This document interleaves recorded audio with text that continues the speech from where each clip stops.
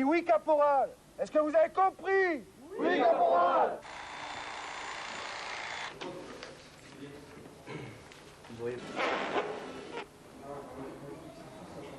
Éric Delas, 19 ans, pâtissier dans le civil, affecté à la base aérienne 118 à Mont-de-Marsan. Il en reste encore beaucoup, non?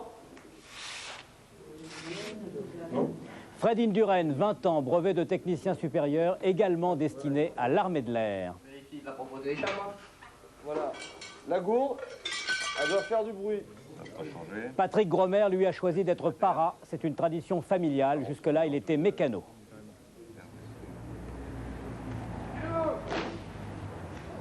Patrick, Eric, Fred font partie des 500 jeunes appelés qui, le 2 octobre dernier, ont rejoint une des casernes du chef-lieu des Landes, une des villes de garnison du Sud-Ouest. Ce jour-là, ils devenaient en principe militaires pour 12 mois, mais savaient déjà que quelques heures plus tard, l'Assemblée allait réduire leur temps de service national à 10 mois. Cela n'enlevait pas pour autant leur curiosité et l'angoisse devant le changement que leur vie allait connaître. Pour certains, le service militaire reste la première sortie du cocon familial. Sentiment en tout cas très différent entre ceux qui se retrouvaient aviateurs au sol à la base aérienne 118, qui absorbe les appelés de la région, et ceux qui s'étaient déclarés volontaires pour les paras étaient donc pris au 6e régiment parachutiste des troupes de marine. Les uns se demandant comment passer le moins de temps possible à la caserne, les autres rêvant de gloire et d'expéditions dans des terres lointaines. Tous, en tout cas, se posant la même question, est-ce qu'on va vraiment servir à quelque chose? Interrogation particulièrement lancinante au cours de ces premières 24 heures difficiles du passage de la vie civile à la condition de soldat.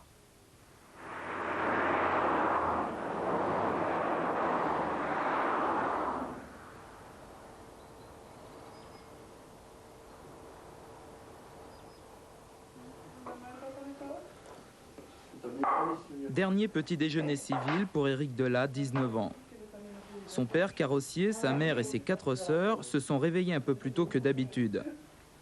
Éric est pâtissier, il a dû abandonner son travail à Bordeaux pour incorporer l'armée. Allez, donne-moi la fille, Eric. Tu n'auras pas la permission de suite. Eric, tu avais dit que tu faisais des soutures à ta soeur. Elle un petit peu oublié. Tu lui en feras. Un petit peu seulement. Émilie, elle est contente que je parte. Non, c'est pas vrai, Émilie. Allez faire 10 mois pour rien là-bas. Alors tu pourrais travailler, plutôt que d'aller rien faire. Ouais, c'est sûr que je vais vraiment me demander. Oui. Et en plus, ça va coûter encore de l'argent à la famille. Pourquoi t'es faire l'armée, papa? Mais c'est fait pour t'apprendre à faire la guerre. Et comme la guerre maintenant c'est tellement vite fait. C'est fait pour t'emmerder. Eric, mais papa, on sort pas dans les 10 mois, on sort pas 3 jours. Ah non, non, non, non. Ah non, c'est la prison, Émilie. Jamais t'as le droit aux permissions. Mais non, mais c'est Si pas tu fais pas de vrai. bêtises, hein. C'est comme une prison. Tu viens tous les 2 mois, ça dépend de ce que tu fais. Tu verras plus ton petit. Et il te lâche de temps en temps. Ah ouais, on va pouvoir laisser tranquille, mais c'est dans le truc. Mais on a l'impression que pour vous, l'armée, c'est l'enfer. Oh, c'est pas l'enfer, non. C'est pas... On peut pas dire Non, mais que c'est l'enfer. si on pouvait pas la faire, déjà, ça serait déjà ça. Quoi. Si on reste à la maison, c'est mieux que d'aller là-bas dedans. On passe 10 mois à m'emmerder. Il faut quand même être réaliste. C'est ça qui est machin.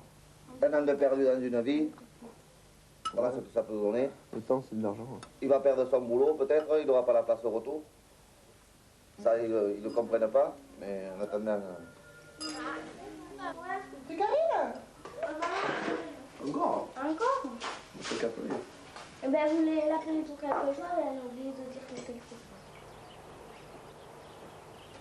Ça soit bien. Allez, Oh, maman. tu fais attention à ma voiture? Oh, maman. Ouais, Tu la bise? C'est une bise, ça? Oui, tiens. C'est toi, vas-y, toi. Bon, allez. Zerbet. Non, non, non, non. Si c'est- Non, je te dis que non. Je peux pas. Allez, Allez, bon courage. ouais. Tu appelles pour dire Ouais, pour dire que je suis bien arrivé. Bon, à demain alors, hein. peut-être comment ça s'est passé. Hein? Ouais, logiquement. Salut, à demain.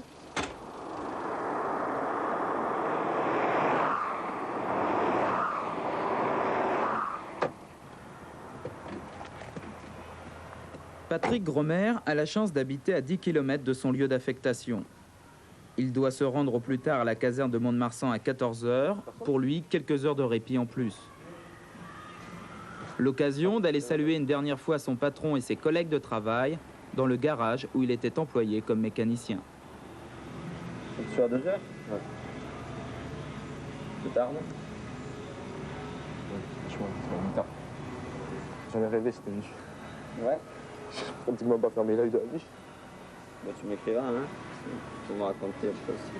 Je me raconte Si t'as le cafard ou comme ça, tu peux m'écrire, hein. Ouais, je vais aller le voir.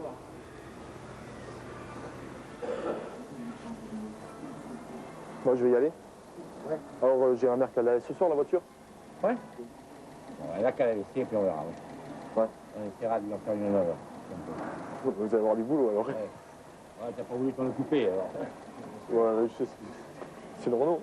Ouais. Bon, allez, on est combien aujourd'hui, le premier? Bon, mais alors à la prochaine, hein. Oui, alors bon courage, hein. Ah ouais, bah, je reviendrai dès que j'aurai fini. Hein? Dès que j'aurai fini, je reviendrai. Ouais. Pense à nous. Hein? Pense à nous qui travaillons. Ouais. Je vais souffrir, hein, là-bas. Oh, ouais, mais ça va te faire du bien. Oui. Bon, allez, au revoir. Ouais, salut.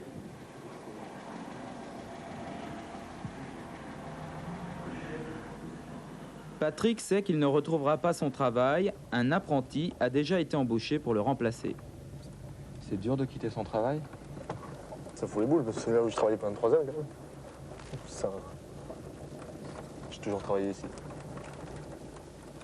Tu vas revenir travailler là après l'armée? Ouais, je pense pas. Pourquoi? Bah, vu qu'il y a déjà un apprenti, puis il n'y a pas du travail pour 3. Quand ça dépend, si ça continue comme ça, ouais, il y aura du travail pour 3. C'était bien comme travail? Oh ouais, c'était cool, il y avait une super ambiance. En plus, on était que 3 avec le patron. On a le droit à la pause café, on a le droit à tout. Puis on était vachement proche du patron. On discutait vachement avec le patron lui-même. C'est pas trop ce que tu vas trouver là, quand tu vas. Là-bas, à l'armée? Ah non, ça va être plutôt le contraire. Patrick est le deuxième fils d'une famille de 4 garçons. Son père est décédé et son frère aîné, soutien de famille, a été exempté de service militaire. Aujourd'hui, avec le départ de Patrick, c'est une paye en moins dans le budget familial. La mère de Patrick ne remet pas en cause le choix de son fils. Il sera parachutiste, comme son père. Dans la famille, c'est une vocation. C'est la première fois qu'il va partir? Oui, c'est longtemps, oui. Il va nous manquer parce que c'était lui qui mettait l'ambiance à la maison. Et les parents, qu'est-ce que vous en pensez? Ah moi, je dis que c'est un régiment, c'est bon, c'est sévère, hein, mais c'est bien pour eux parce que on dit que ça forme l'homme, quoi. Ça devient un homme. Je trouve que c'est un bon régiment. Bon, j'ai toujours été habituée, moi. J'étais mariée avec un ancien parent. J'ai toujours vécu, quoi. Et mes sœurs aussi.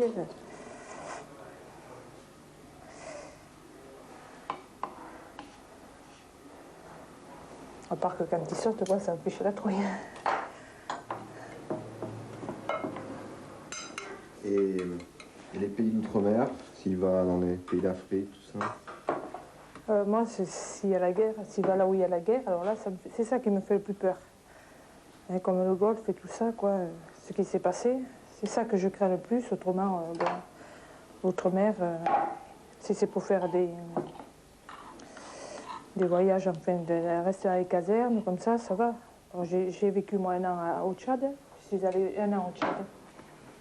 Mais si c'est pour la guerre, avec les événements qu'il y a maintenant, c'est ça qui fait peur le plus.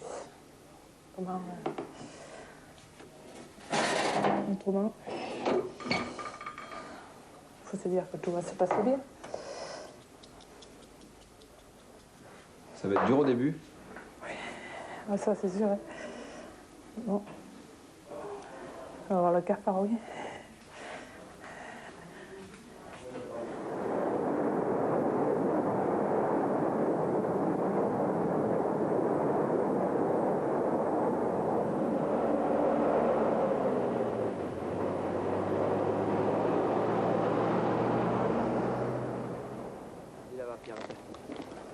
Frédéric Indurain, 20 ans, et Henri Laxalt, 22 ans, sont deux amis de toujours. Ils ont été à l'école du même village, Moléon-Licharé, à 80 km de Mont-de-Marsan. Ils se sont arrangés pour partir ensemble à l'armée. Sur la base aérienne 118, le bureau d'instruction attend l'arrivée des 290 jeunes appelés. Leur encadrement sera assuré par des militaires de carrière qui d'habitude travaillent dans les différents services techniques de la base.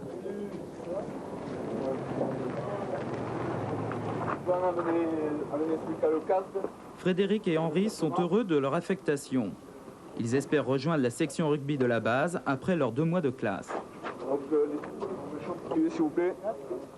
Pour leur première journée, ils sont pris en main par un sergent. Un long parcours les attend avec des étapes administratives, médicales, l'habillement et les premières consignes militaires.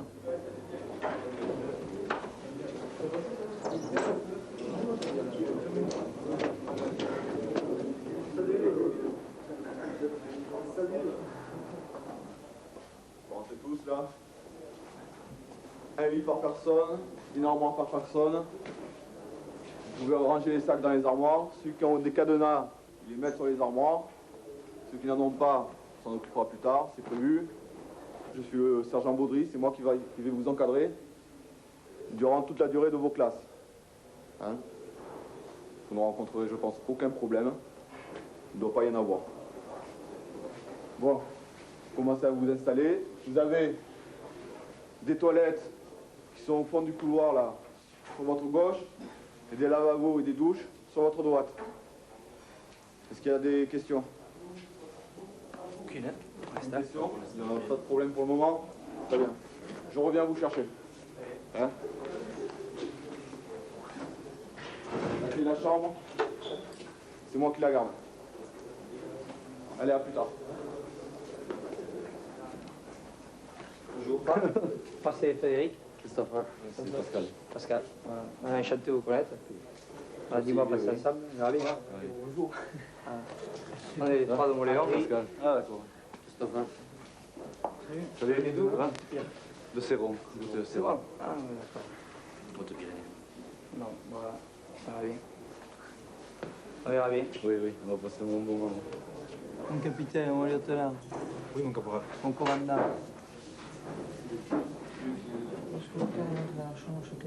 Chevron orange, caporal. On ne sera jamais gradé. Règlement de discipline à les armées.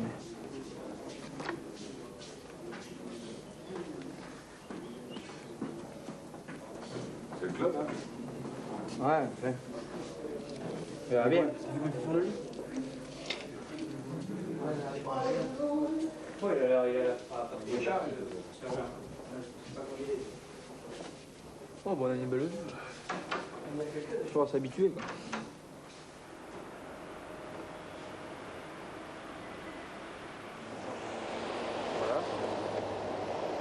Jean-Philippe Quintard vient de terminer ses études. Il est licencié de droit en assurance.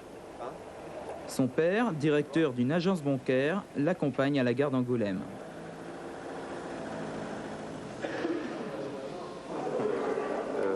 Quand on aura un moment libre, il nous appelle pour nous dire comment ça se passe. Hein. Et puis bon courage. Hein. Bon courage. Hein. Ok. Allez. Au revoir. Ouais, au revoir. À bientôt. Hein. D'accord. À 25 ans, Jean-Philippe a mûrement réfléchi et il a choisi d'être incorporé chez les parachutistes. Pour lui, l'armée, ce n'est pas une découverte. Il a déjà fait une préparation militaire et a même servi comme moniteur parachutiste à 2 reprises. Devenir parachutiste, c'est un honneur? Un honneur, oui, je crois. Un honneur dans le sens où, pendant 10 mois, j'ai eu une aventure dont j'espère il me restera des souvenirs, de très très bons souvenirs. Et comme c'est un choix délibéré de ma part, donc j'y vais serein et confiant. Ça fait longtemps que vous attendez ce moment-là? Non, pas particulièrement.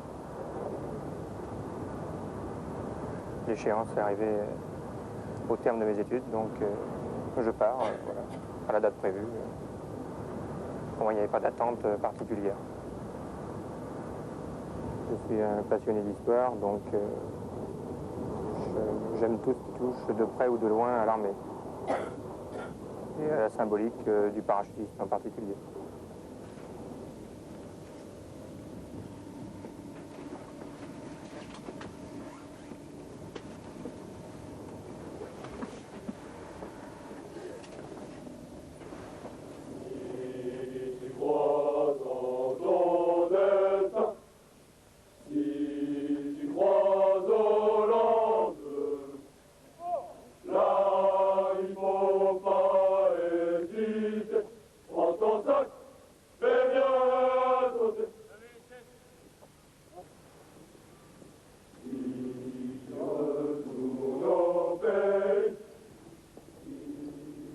Bon, le café est chaud, quoi.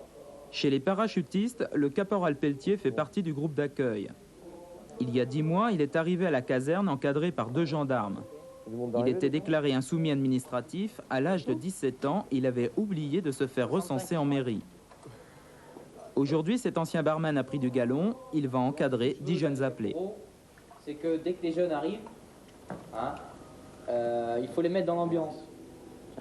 Donc un accueil naturel. Hein, pareil pour vous, Pelletier. Ouais. L'accueil naturel, ne pas les bousquer. Il est évident que le gars, quand il va arriver, il va vous tutoyer. Ouais, mais parce qu'il va vous prendre pour un camarade. Ah, mais ça, on leur dira il ne faut pas le reprendre tout de suite. Faut leur expliquer. L'ambiance familiale, qui soit bien intégrée le plus vite possible au régiment. Parce qu'il faut savoir que ces jeunes, quand ils arrivent, ils sont dans une période où ils sont plus tout à fait civils et pas encore militaires. Ils savent pas trop où ils sont. Papa, maman, ils sont plus là. Donc il faut savoir les prendre avec un peu de tact.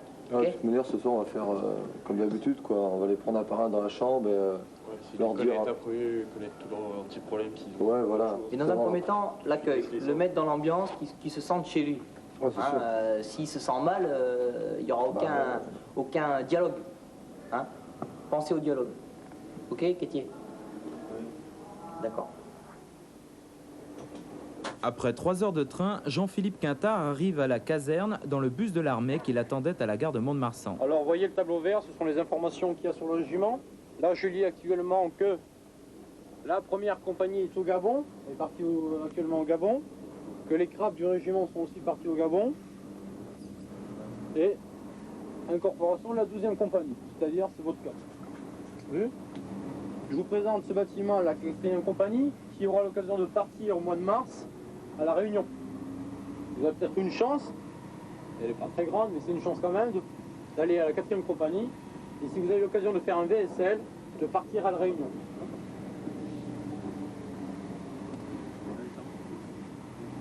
Alors, la 12e compagnie, la voici. Vous aurez l'occasion sur la grande place de faire le rapport, matin et midi. Vu ? Bon, maintenant vous allez descendre un par un, prenez vos sacs, doucement, on a le temps. Le 6e RPIMA est l'un des 3 seuls régiments parachutistes composés d'appelés. Tous les 2 mois, 150 à 200 nouveaux paras sont incorporés à Mont-de-Marsan. Bon, tu attends, on repart dans 1 demi-heure. Ok.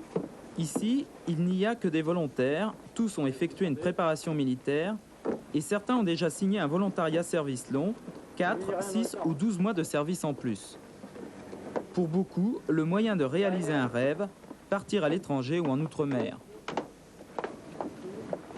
Jean-Philippe Quintard ne veut faire que 10 mois. Un emploi l'attend après son service.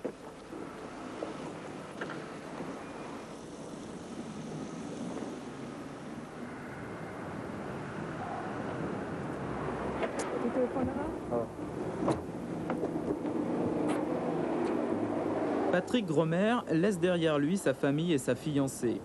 À la prochaine. Il est l'un des derniers à rejoindre la caserne Bosquet du 6e RPIMA. Bonjour.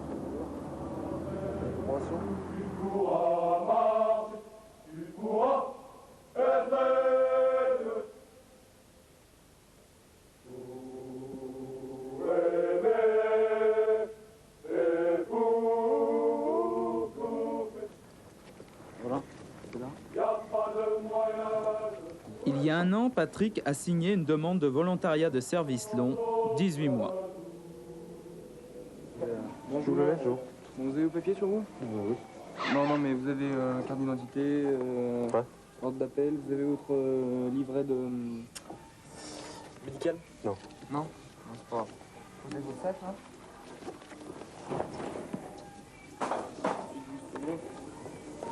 En attendant que vous soyez pris en compte par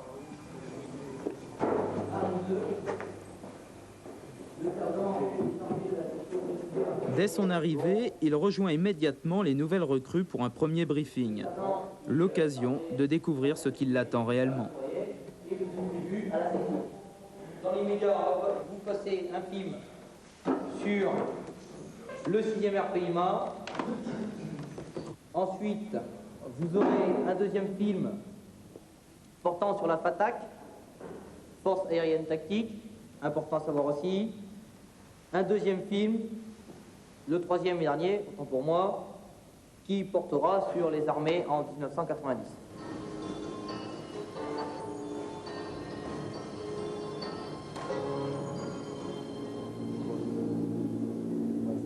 Alors il saute tellement haut que l'oxygène se faisant rare avec l'altitude, ils sont obligés de sauter avec des masques à oxygène.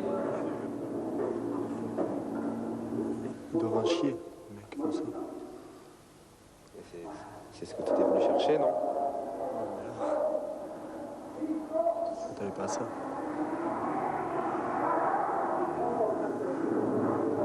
Ça te fait peur?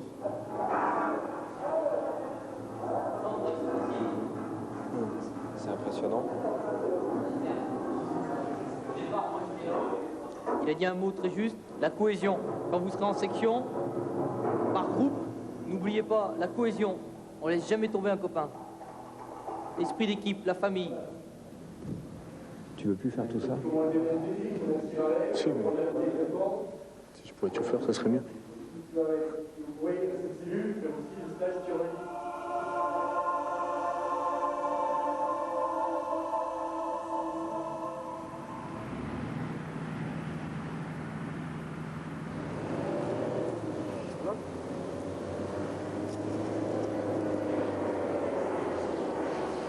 Surprise pour les appelés, les coiffeurs sont des civils.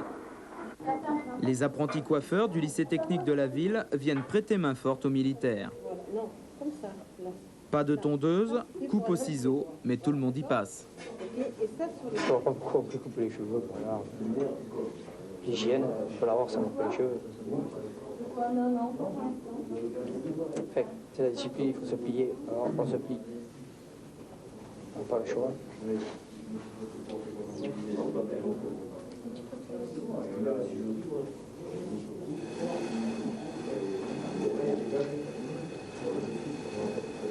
C'est pas oublier les choses.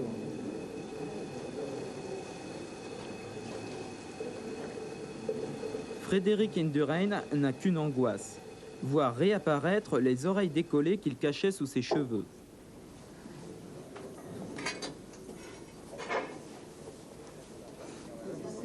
Tu peux faire à ta place quand même. Non? Nous, on est les idées. Ouais, il faut vraiment être sérieux. Une fois lavé, ça va revenir.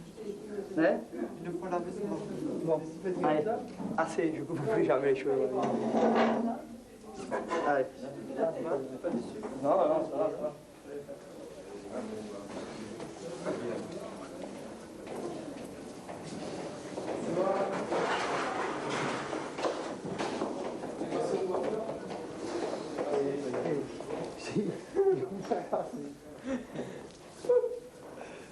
C'est magnifique. Alors, c'est bien, non? Ouais, c'est terrible, ouais. Je suis cool avec ça. C'est ma copine qui est contente. Bon, allez, maintenant c'est fait. Il faut pas repousser ici demain. Ça change. À l'infirmerie, la visite médicale n'est pas qu'une simple formalité. Les jeunes appelés ont tous été déclarés aptes au service national lors des 3 jours, mais depuis, leur état de santé a pu évoluer.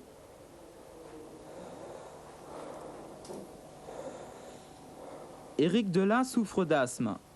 Les médecins des armées sont particulièrement attentifs à toutes les manifestations allergiques que peuvent présenter les jeunes appelés.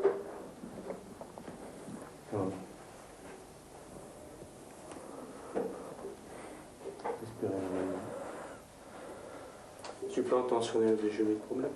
Non. Une tension à combien d'habitude? 15. Et là, vous me dites que vous prenez de la ventoline 10 fois par jour. Vous n'avez pas d'autres traitements? Mais non. Pas de comprimés? Vous n'avez jamais eu de théophiline? Si. Suppositoire. Vous l'avez arrêté il y a combien de temps?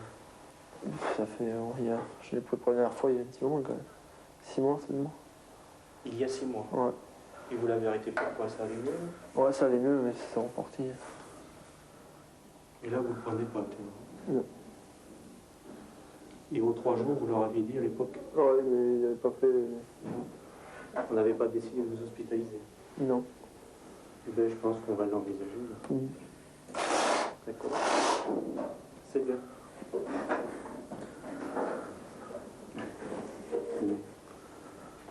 Alors, ce qu'il y a, parce que là, on n'a pas tellement de temps, ce que je vais faire, je vais laisser finir le circuit. Ouais. Vous reviendrez nous voir. Ouais.